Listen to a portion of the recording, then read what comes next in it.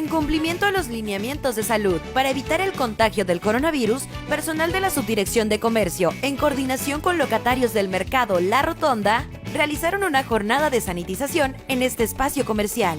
Con cloro y jabón en polvo, se desinfectaron pasillos, paredes y superficies de uso común para que la venta y compra de productos se lleve a cabo en un lugar higiénico. Nuestra salud está en tus manos. Florence Jalapa.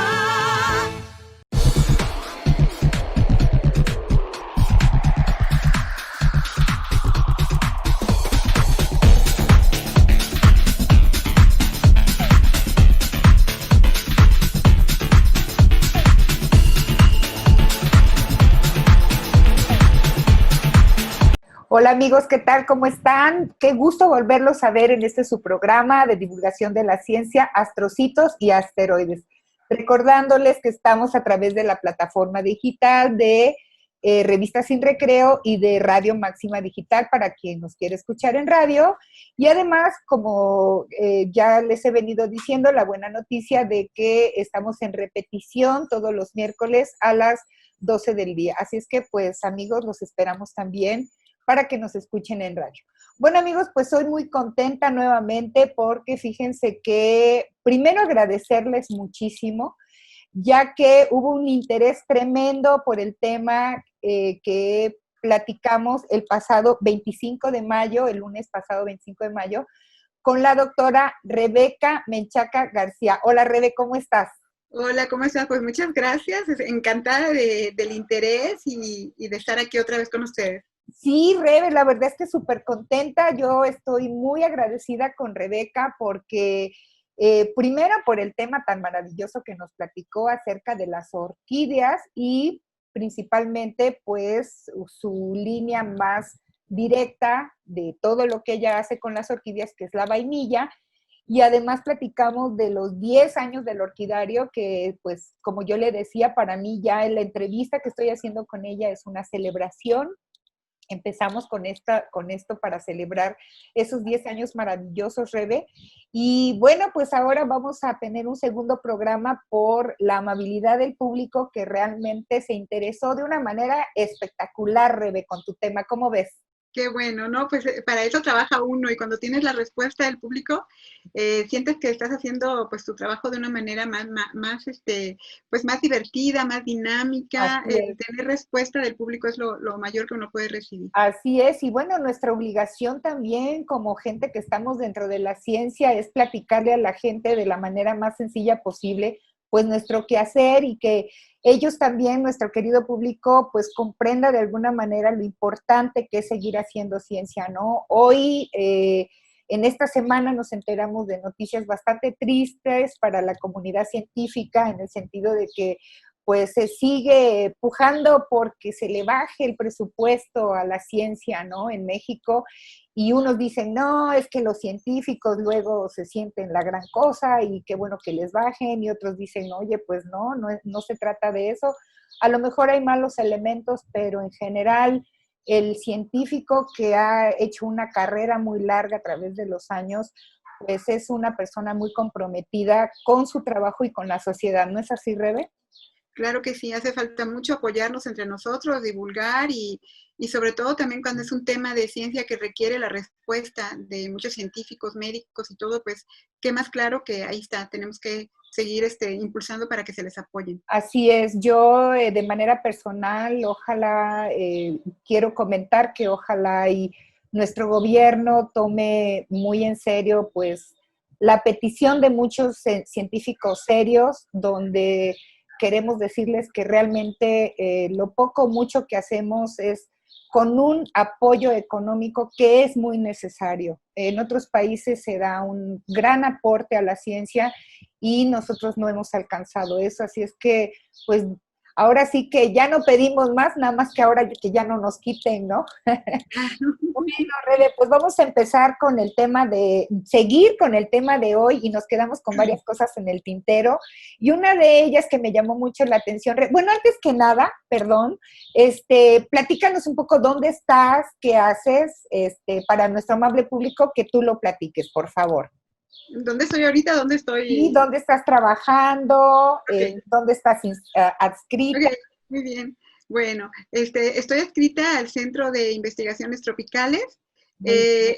Es un centro de trabajo muy interesante porque se ha formado un grupo multidisciplinario en donde, bueno, hacemos muchas cosas nuestros compañeros, ¿no? Uno de los ejes es la conservación biológica y otro también es el aspecto social. Entonces, heredamos un poco de la filosofía del doctor Gómez Pompa, que él bueno, fue fundador del INIREP, el Instituto de Recursos Bióticos, Así es. y pues trabajamos ahí, somos alrededor de 17 investigadores y que están dedicados a muchas cosas, especialistas en plantas medicinales, en murciélagos, en ecología, en artesanías, también nuestra coordinadora es antropóloga. Entonces nos dirige a este grupo tan diverso, pero tan interesante, donde tenemos líneas de participación conjuntas entre nosotros y con otras instituciones también. Entonces, bueno, yo estoy físicamente fuera de lo que es el Centro de Investigaciones Tropicales, en el Orquidario, que está dentro de la USBI, de la zona universitaria. Rebe, y cumpliendo 10 años tu orquidario. Bueno, siempre digo tú, pero yo sé que es todo un equipo. Sí, estoy cumpliendo 10 años, que ni se la puede uno creer, ¿no? Con todo esto que ha pasado y estamos ahí, seguimos todavía, es lo bueno. Así es, y en el primer programa pues ya platicamos un poquito más extensamente del orquidario y hoy pues vamos a hablar más que nada pues precisamente de las orquídeas y de la vainilla. Te cuento, Rebe, que hubo muchísima gente interesada, muchas preguntas que te decía yo fuera del aire, que la verdad me sorprendieron porque son preguntas ya muy específicas y se ve de gente muy interesada o que quiere saber realmente mucho acerca de esta maravillosa planta. Entonces, primero que nada, la vez pasada nos quedamos con algo que yo quiero que nos platiques, que es una historia por ahí que nos decías que es muy bonita, bueno, me comentabas fuera del aire, que a mí me gustaría que nos la platicaras acerca precisamente de la vainilla. Sí, bueno, la vainilla está muy ligada a toda la cosmovisión del pueblo totonaco. Dentro de todo esto, pues hay incluso, por ejemplo, ciertos rituales para poder entrar al monte o al vainillar. Se le pide permiso al dios del monte. A mí me sorprende porque esto es como, pues, un respeto a la naturaleza. Claro. El dios del monte, Kiwikeolo, es algo muy parecido a lo que es la Pachamama para los pueblos, por ejemplo, de Bolivia y de Perú. Y dentro de toda esta cosmovisión existe una leyenda, la leyenda de la vainilla, que narra desde un aspecto fantástico cómo surge la vainilla. Entonces, bueno, se dice que a la manera de como es Romeo y Julieta, había dos jóvenes enamorados, pero que eran de tribus diferentes, entonces estaba prohibido su amor. Sin embargo, bueno, ellos intentaron unirse, ella era Lucero del Alba y Joven Venado, y entonces trataron de escapar, ¿no? Se pusieron de acuerdo y escaparon por el monte, pero los guardias de estas dos tribus, pues los atraparon y los mataron. Y se dice que donde ellos, sus cuerpos cayeron, de la sangre del joven surgió un árbol fuerte y de la sangre de la doncella, pues surgió esta enredadera preciosa con flores divinas y con un aroma en sus frutos que era la vainilla. Ay, qué bonito, pues qué bonita historia. Es parte, como dices tú, de la cultura, ¿no? Y de que a todo le damos una explicación mística y muy bonita de nuestras tradiciones, de nuestros productos, de todo lo que consumimos y que nos da la naturaleza y sobre todo en México, ¿no? Sí, y sobre todo la forma de crecimiento de la que vamos a hablar después, porque la vainilla es una enredadera, entonces la simbología es esta, ¿no? Que la vainilla crece abrazando al árbol, ¿no? Fíjate. De donde se sostiene. Claro, sí, pues por ahí van las preguntas, Rebe, y si me lo permites, pues mira, más que porque parecería un cuestionario así, un examen de algo, son comentarios y te digo, preguntas muy bonitas que nos están haciendo nuestro querido público. Y para empezar, nos dicen, ¿es cierto que México, las Antillas y la Polinesia son los principales lugares donde se da la vainilla?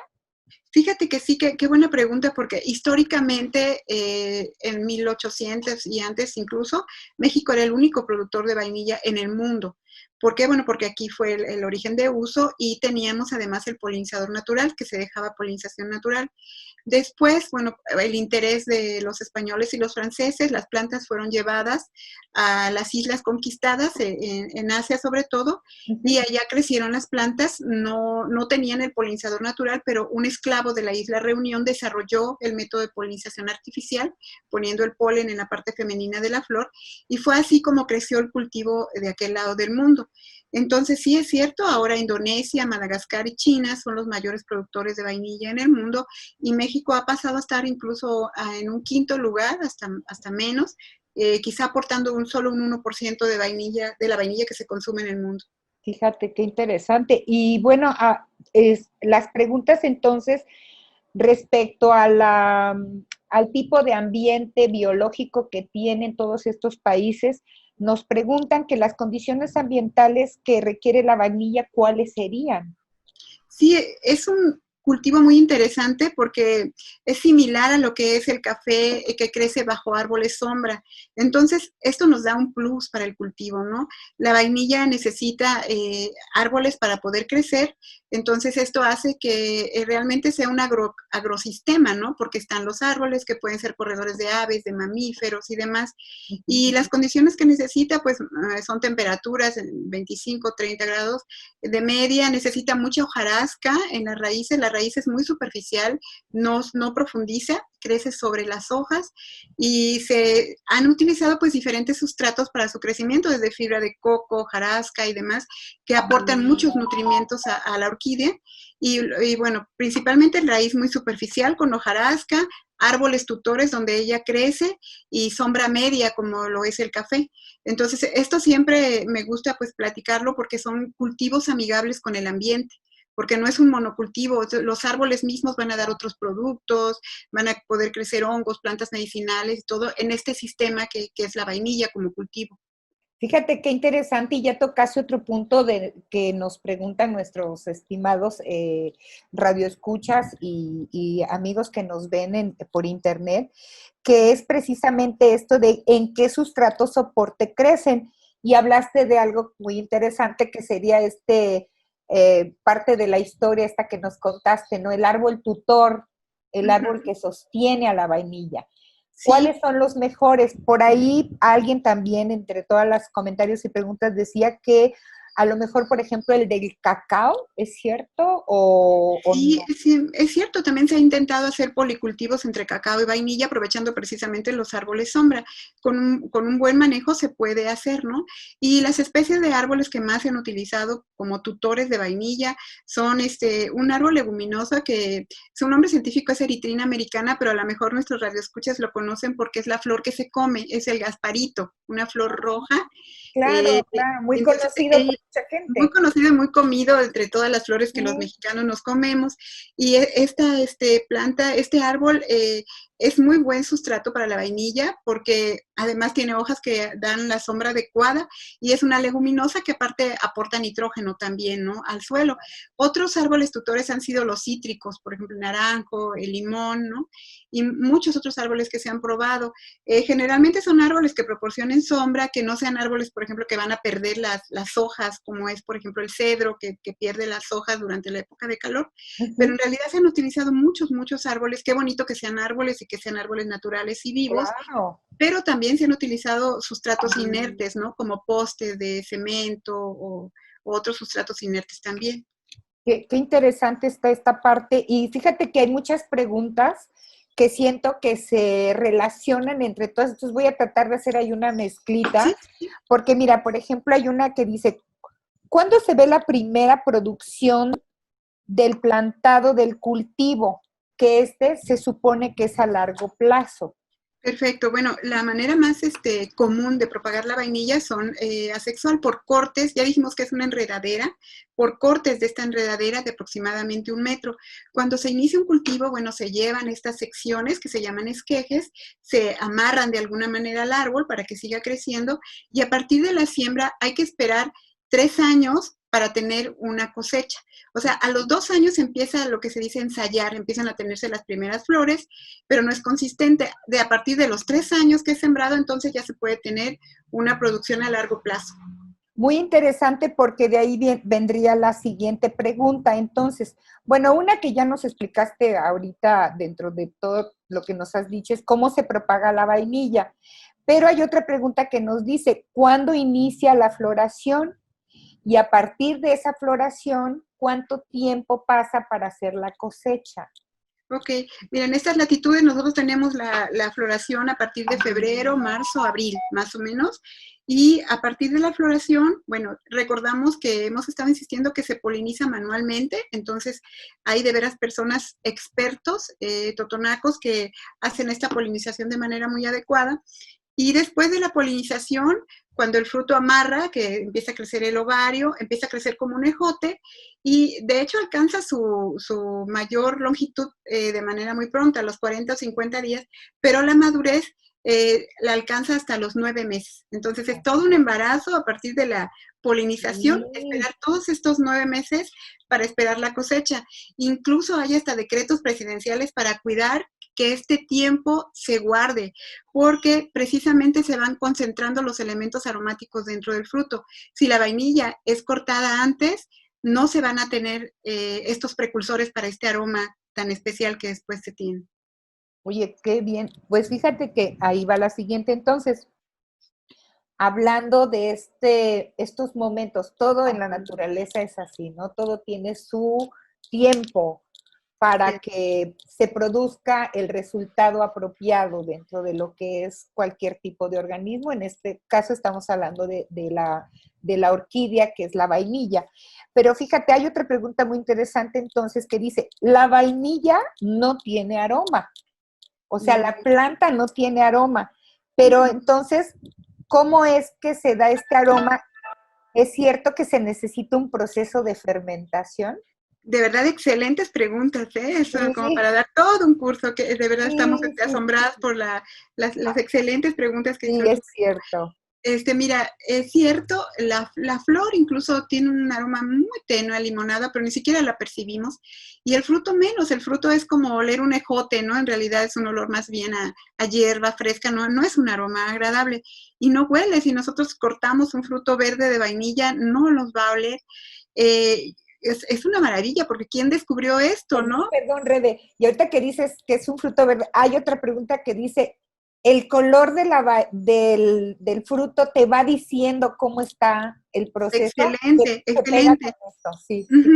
Cuando por fin este ejote verde es colectado, es cosechado después de los 9 meses, se hace primero un proceso que se llama matado, que es sumergirlo por algunos segundos a agua caliente o bien dejarlo sudar con plástico, ¿no? Este matado hace que, digamos, las clorofilas, que los pigmentos, los colores que dan el verde al fruto, se paren. Y entonces se empiezan a desarrollar otros colores que son cafés.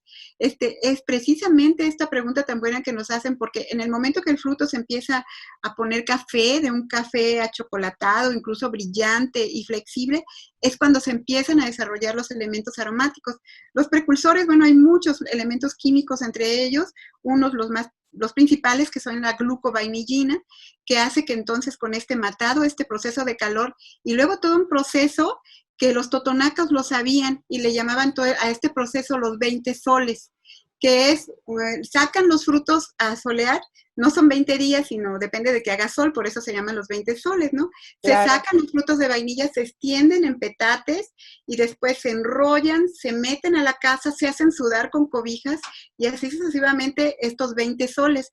Como tienen que esperar que estos días sean un proceso de calor o a veces sustituirlo con horno de pan y todo, este proceso puede durar hasta 3 o 4 meses después de la cosecha.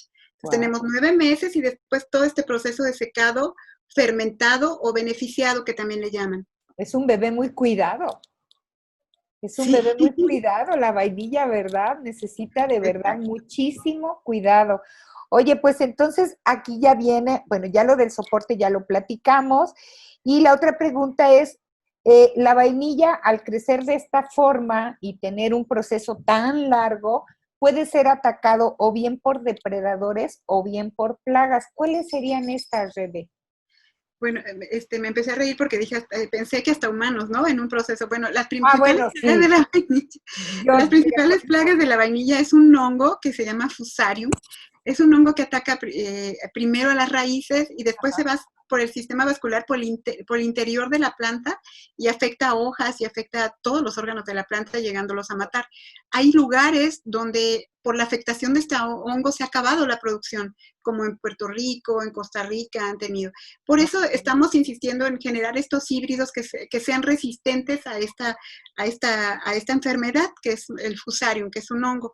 Hay otras plagas que son, por ejemplo, una araña roja o chinchillas o demás que son plagas de las hojas, pero el principal es el Fusarium y la Atracnosis, que son otro tipo de hongos. Y también hay mucho robo. O sea, decíamos que es un cultivo que es muy, muy bien redituado. O sea, el kilo de vainilla verde, pues ha alcanzado precios de 1,000 pesos, ¿no? Entonces, hay mucho que cuidar al vainillal, como tú decías, y sobre todo en la época de cosecha, al punto que han tenido que llamar, pues, policía o ejército para poder custodiar los vainillales, que son muy productivos, porque en 1 kilo, pues, hay mucho coyotaje, ¿no? Y mucha venta anticipada que no debería de suceder. Terrible, claro. O sea, entonces cuando dices venta anticipada, ¿es que la cortan antes? La cortan antes y no va a tener la calidad que nos honramos de decir que es la mejor calidad del mundo, la mexicana. Entonces imagínate cuando se hace un compromiso de venta y es vainilla de México, pero la cortaron antes y no va a tener esta calidad simplemente por adelantarse, por querer ganar, ¿no? En este proceso de venta, la vainilla no va a tener la calidad que debiera si es esperada 9 meses, ¿no? Claro, definitivamente. Ahora, hay otra pregunta también muy interesante. Bueno, vuelvo por aquí porque te digo que las fui apuntando así como me fueron llegando. ¿Cómo crece la vainilla hasta que llega adulta? Que ya lo platicamos. Pero bueno, si nos puedes redondear un poquito esa parte, o sea, una vez que ya se polinizó, viene todo el proceso, ¿no? Entonces, ¿cuánto hasta que llega adulta, cómo es su crecimiento? Uh-huh. Bueno, dijimos que la vainilla desde que se inicia un nuevo cultivo hay que esperar 3 años, se empiezan ya a tener las floraciones, se tiene la floración, recordamos que solo un momento en estos meses que dijimos de febrero a abril y solamente esperar a que desde las 7 de la mañana abra la flor para ir a polinizarla y después esperar que se forme el fruto y esperar todos estos 9 meses hasta que se puede cosechar, por allá por noviembre o diciembre se puede cosechar y después pasarla todo el proceso de beneficiado. Claro, entonces ya nos dijiste todo el proceso. Ahora viene la siguiente pregunta. La producción de la vainilla no es como tal la vainilla, sino dice, ¿cuándo es cuando se obtiene entonces la vainillina? ¿Qué es la vainillina, Rebe? La vainillina natural es precisamente el aroma, lo que es el elemento químico que produce una investigadora que dice el flavor, porque no nada más es el sabor, sino el aroma combinado también.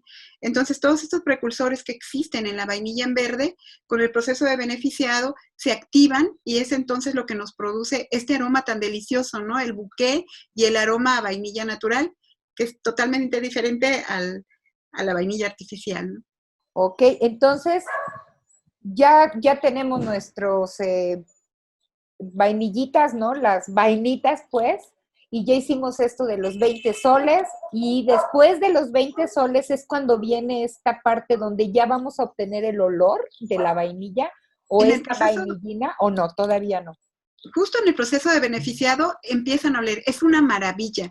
Ayer precisamente estaba viendo fotos en donde todo el pueblo de Papantla, en las calles se secaba la vainilla. Desde el proceso en que el fruto ya se vuelve de verde a café, empiezan los aromas. Entonces era una delicia, o sea, todas las calles utilizadas como campos de secado para la vainilla, le valió que a Papantla le digan la ciudad que perfuma el mundo. Entonces, desde el momento en que se pone café, empieza el aroma, todo este proceso. Y hay que cuidar que, bueno, que esté flexible, que los frutos no se abran. Y una vez ya que está beneficiada así y el fruto cerrado, pues ya se puede guardar por un tiempo para la comercialización en diversos productos.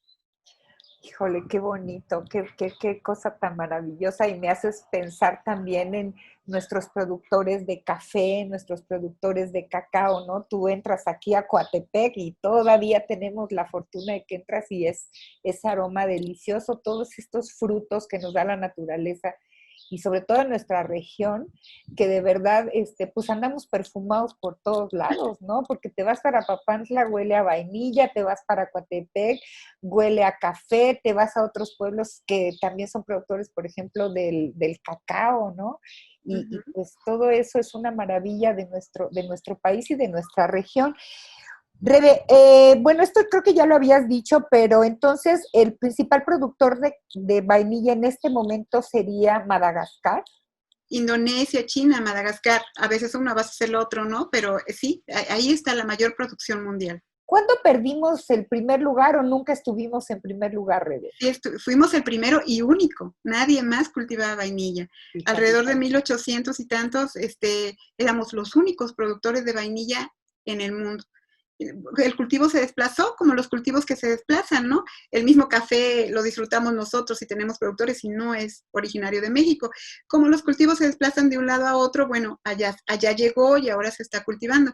Es interesante porque ahora se está cultivando vainilla en Holanda. Es una situación con tanta tecnología, porque incluso fuimos a un congreso internacional donde nos mostraron los drones que estaban haciendo en forma de abejas para que polinizaran a la vainilla. Ay, ¿cómo crees? Es interesante toda esta tecnología y todo este costo, y sí me gustaría comentarlo, porque el mismo investigador al final de su plática nos dijo, todo este proceso, todo este costo, toda esta inversión, y la vainilla no olía. Ándale. Era un aroma parecido, él decía, a madera seca, a cartón. Entonces, lo que tú decías, ¿qué es lo que da todo el aroma? Es como el buqué en los vinos, ¿no? Desde el tipo de hojarasca con el que está creciendo, desde el acompañamiento de estos árboles tutores, hasta su floración y su producción. La vainilla de México tiene un aroma especial en el que se han detectado hasta 104 elementos aromáticos. La vainilla de México sabe un poco a chocolate, sabe un poco a cacao, sabe un poco a vino, sabe a muchas cosas, es un buqué, ¿no? Entonces, bueno, viva la vainilla de cualquier parte del mundo, pero ojalá supiéramos valorar la vainilla mexicana como ese buqué que se tiene, porque las plantas son iguales aquí y en otra parte del mundo, pero seguramente el aroma y el sabor son diferentes. Y volvemos a lo mismo, Rebe, la gente que está al frente dirigiendo todo esto de la producción, de pues todo lo que se consume y de todo lo que exportamos y todo lo que es valioso biológicamente hablando, pues ojalá y se tome más en cuenta, ¿no? Porque de verdad luego, como dices tú, todo este valor no es tan apreciado, Rebe. Pues estamos en eso y ahí estamos enchinchando, y afortunadamente hemos tenido eco en autoridades y demás, porque ahora se está valorando mucho la vainilla como una planta mexicana a la que se le tiene que apoyar. Entonces yo creo que es el momento, porque como decíamos, es una planta de enorme valor, sí es mucho cuidado, es mucha mano de obra, pero también se puede hacer pues en un proceso familiar y esto. Entonces tanto que necesitamos ahorita cultivos que impulsen a la economía para volver a esta nueva normalidad, o lo más que se parezca a la normalidad. Yo creo que son muy necesarios apoyar a estas familias de productores, tanto produciendo como consumiendo vainilla natural. Sí, Rebe. Y fíjate, respecto a esto precisamente, ya vamos cerrando el programa. Otra persona hace más que una pregunta, es un comentario. Dice, cuando los años de la producción de vainilla son buenos, son muy buenos, pero hay años malos que son muy malos. ¿Cómo podríamos diferenciar uno? Bueno, ya sabemos, económicamente hablando, pero ¿qué elementos nos darían esto bueno y malo en la producción de la vainilla? Fíjate que hemos hecho recorridos, zonas de Papantla y Gutiérrez Zamora han tenido sus buenos años de cosecha, como en todos los cultivos, pero ahora, bueno, tienen los embates del cambio climático. Entonces, estos años que han tenido demasiada sequía han sido malos, y no solamente malos para la vainilla, sino el cultivo de cítrico. Nos tocó ver cómo las naranjas parecían, pues, como esponjitas, ¿no? Que no se podían vender. Sin embargo, vimos en el mismo lugar un cultivo de vainilla en Acagual, que es este sistema en donde dejan crecer todos los árboles de regeneración. Y era increíble, Rebe, ver como en el mismo lugar, si la vainilla estaba en un monocultivo de naranja y si la vainilla estaba en un Acagual diversificado, pues realmente la que estaba produciendo, la que conservaba las flores y los frutos era la del Acagual. Entonces, básicamente va a seguir habiendo buenos años, eventos climáticos que son terribles, pero si nosotros regresamos a los cultivos tradicionales de la vainilla, vamos a ser como una esponjita, ¿no? Como algo que amortigüe todos estos cambios y seguir teniendo producciones mejores. Qué interesante, Rebe. Y bueno, aquí hay otro que a mí me encantó, porque bueno, yo soy adoradora de la luna. También es comentario, no es pregunta, ¿eh? Dice, bueno, decía, comenten qué tiene que ver la luna. Se dice que cuando está en la luna creciente y la planta se dobla, se quiebra y entonces no es buen momento ni para sembrarla ni para cosecharla. Sin embargo, cuando está la luna en menguante, no se quiebra la planta, se dobla pero no se quiebra y este es un buen momento para cosechar o para Claro. sembrar. Me encanta esta observación porque es algo de lo que nosotros Sí. aprendemos de los productores. Esto no se los vamos a enseñar, sino que nosotros lo hemos aprendido.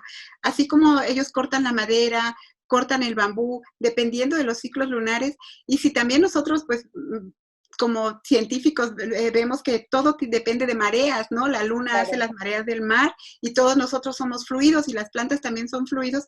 Claro que depende de eso. Y si la persona que lo observó muy bien, pues esta es una tradición que se tiene que conservar para tener pues un mejor cultivo y que las vainillas no sean quebradizas y puedan crecer mejor. Me pudo fascinar.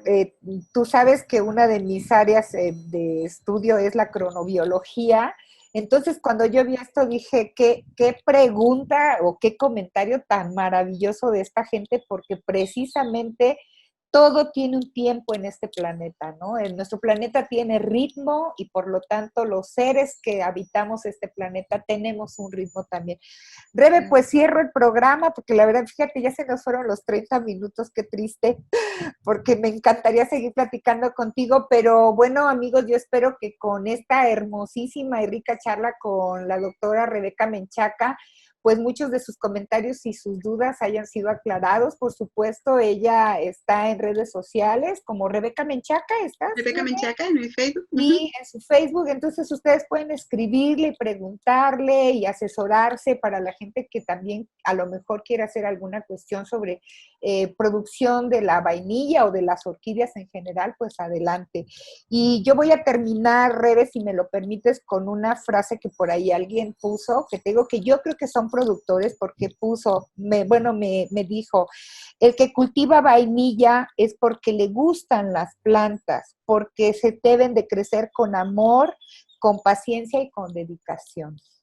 ¿Cómo ves? Claro que sí, me encanta esto porque la vainilla es un poco diferente. Para empezar, es un cultivo basado en una orquídea. O sea, quien ha dicho es más bien parece una planta ornamental, más bien parece una planta de interés hortícola que un cultivo. Y con todo esto que platicamos desde la leyenda y toda la paciencia para polinizar y todo, pues es una planta que necesita mucho amor y mucha entrega.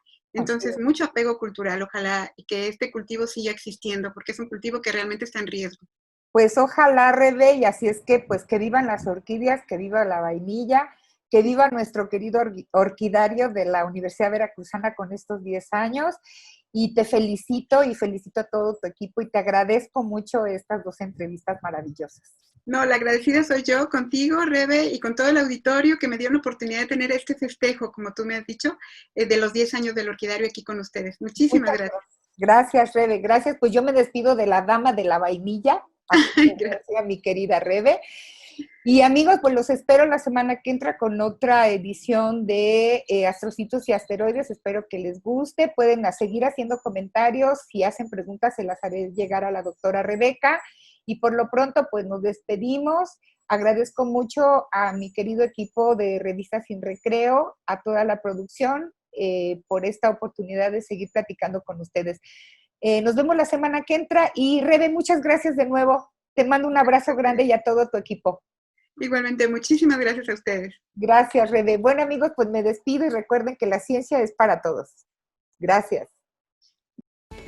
En cumplimiento a los lineamientos de salud para evitar el contagio del coronavirus, personal de la Subdirección de Comercio, en coordinación con locatarios del mercado La Rotonda, realizaron una jornada de sanitización en este espacio comercial. Con cloro y jabón en polvo, se desinfectaron pasillos, paredes y superficies de uso común para que la venta y compra de productos se lleve a cabo en un lugar higiénico. Nuestra salud está en tus manos. Florence